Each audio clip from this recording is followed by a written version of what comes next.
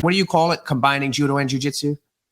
So I call it wrestle judo jitsu. It's like, it's one of those like gimmicky hashtags, but there's a lot to be said about it, especially when I'm training like mixed martial artists, because there's so much overlap. Like I'm going to use these wrestling tie-ups to use a judo takedown to then submit someone with jiu-jitsu. So, I try to use those arts seamlessly together, whether it's in a gi or not. And I just like kind of playing with breaking down those walls because, yes, I do think that it's good to have these separate disciplines in their own boxes to just keep them pure. But competitively, a lot of the overlap is what might work. The transitions to the ground, being able to be a step ahead where you're gripping and you're using their off balance to get a knockdown, and then you're already using whatever submission to already be performed as the knockdown's happening, rather than like settling into a half guard and slowly playing the game. So, that's kind of where I want to like have my influence known. Those kind of elements where, these concepts that are taken mostly from judo that can be utilized in either jiu-jitsu or wrestling. So these paradigms aren't just like a closed box where there can be evolution within them, but from the outside in instead of from the inside out.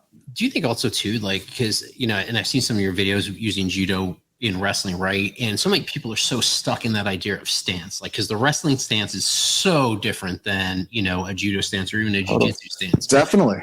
And when you're bringing those judo pieces in there, combined with that stance or moving that stance, it's just different judo takedowns that really become really effective.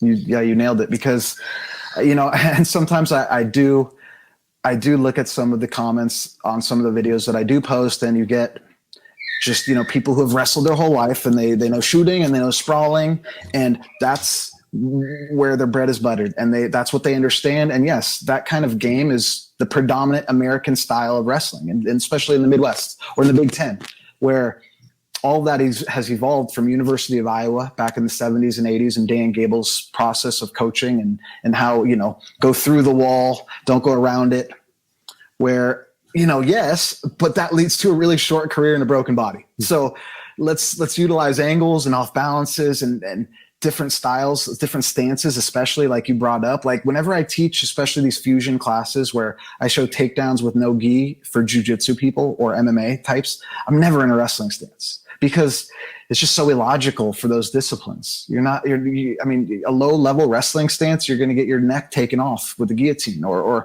10 finger chokes or an MMA. Come on, you're in striking range. You're going to get blasted in the face.